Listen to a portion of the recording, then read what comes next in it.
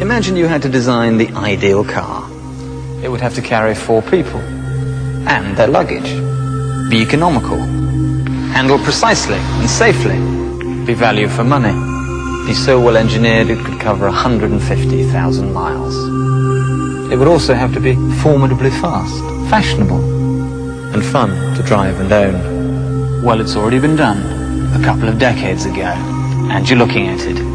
Let me introduce you to the world's most complete car, the original Golf GTI.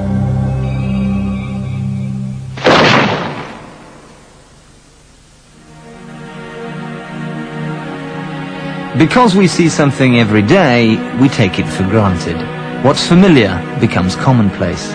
With the passage of time, we've forgotten that VW's boxy little roller skate was a car apart, the first to give power to the people. The biggest thing the GTI did was to sell car enthusiasm to people who didn't even know they were interested in either cars or driving. I would summarise the GTI by saying that it was the best car that I've ever driven.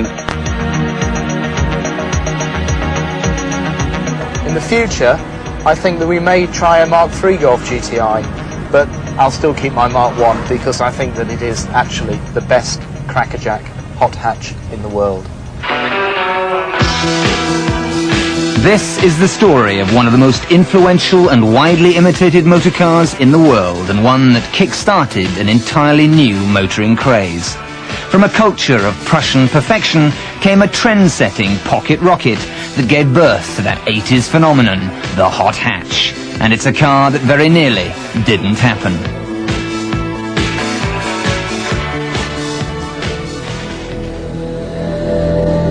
In the beginning, there was a man who dreamed of a car for the people, a man who nearly always got what he wanted. The only good dream Hitler ever had, the Beetle went on to become the most popular car in the world. But by the late 60s, VW realized that they'd relied on their pensionable cherub a decade too long. So in desperation, they launched a modern Beetle, the 411, which promptly bombed. Then they tried their calamitous K70, which also bombed spectacularly. By the early 70s, they were seriously in the sherbet dip. Their model range was dull. There was a worldwide energy crisis, and they were bleeding 800 million Deutschmarks a year. It was time for something completely different.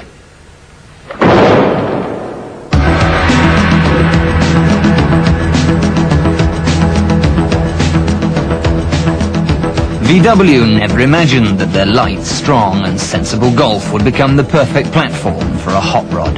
As early as 1969, they commissioned an air-cooled front-wheel drive Beetle replacement, the prototype of which was startlingly ugly. VW tried again, not altogether successfully. Eventually, German pragmatism gave way to Italian flair. It was Giorgetto Giugiaro of Beetle Design who came up with the shape of the car that was so perfectly in tune with its times.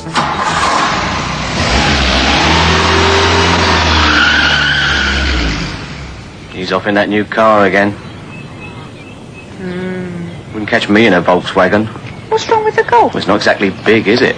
Actually, it's bigger than it looks. He'll never get that lot in there. Anyway, I don't like rear-engine cars. The engine's in the front. It's water-cooled. Back seats fold down too. Yeah, you seem to know a lot about his car. You've been in his car.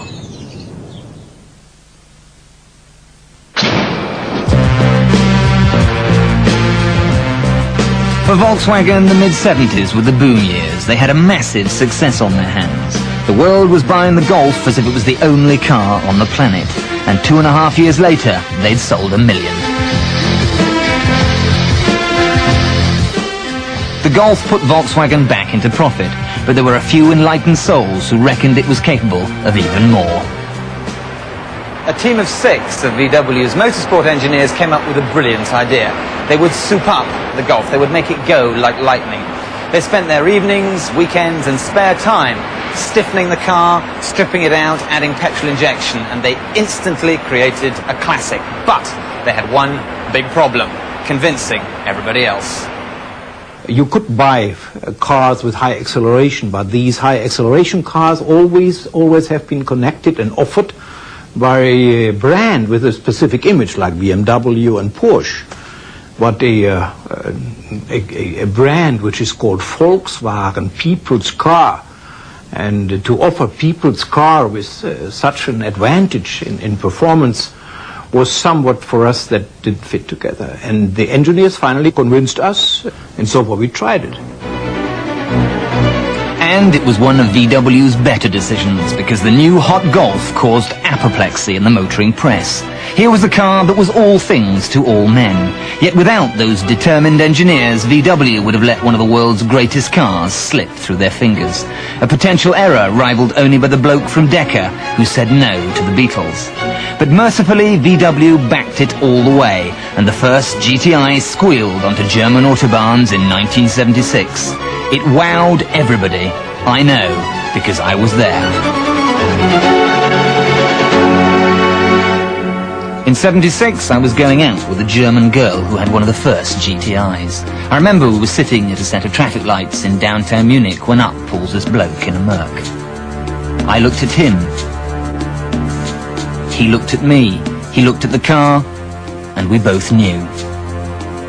My girlfriend egged me on, saying, "Go on, you can do it, you can take him." So there I am, my first ever drive in a GTI, about to burn off this fat Merc. Boy racer stuff, but that was the thing about the GTI. It made your hair fizz, gave you a high, a real buzz. The lights changed, I dropped the clutch, and bam! We scorched down that road, leaving the Merc for dead. Trouble was, it would take 2 years to get right-hand drive GTIs back home. One of the things people really liked about the Golf GTI was its simplicity. It had everything you needed and no junk, and that made it into a really essential tool. It was made for going, and it really did effectively go. I remember finding out pretty soon after the launch just how fast the Golf GTI was. Some of us were in Wales testing a Ferrari, 5-litre V12, 180-mile-an-hour car. And I was going to drive this thing pretty fast on some of these deserted roads, and I set off for about 20 minutes, driving as fast as I could, being chased by somebody in a Golf GTI. And I remember being severely embarrassed by just how quickly he arrived on the scene as soon as I'd stopped. It was back in 1984. One of these Mark I GTIs came into the garage I was working at as part of a part exchange, and I had the job of checking the car over prior to it being resold.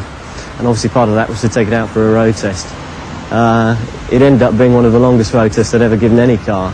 It was quite an interesting experience. It was a revelation, really. I'd never driven anything like it.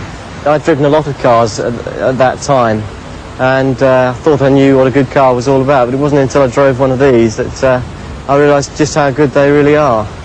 In my view, they over-engineered the car from the factory, and it shows by the fact that so many of them have lasted so well in the condition that you still see them today, whereas the equivalent Ford would probably be on the scrap heap by now. One of the most memorable things about motorway driving was how frustrating other drivers found the GTI. I remember that, you could very gently persuade BMW drivers to move out of the way as you steamed up behind them. And also one day a chap in a Ford Granada just threw his hands up and moved aside in complete frustration at the fact that he couldn't shake me from his tail.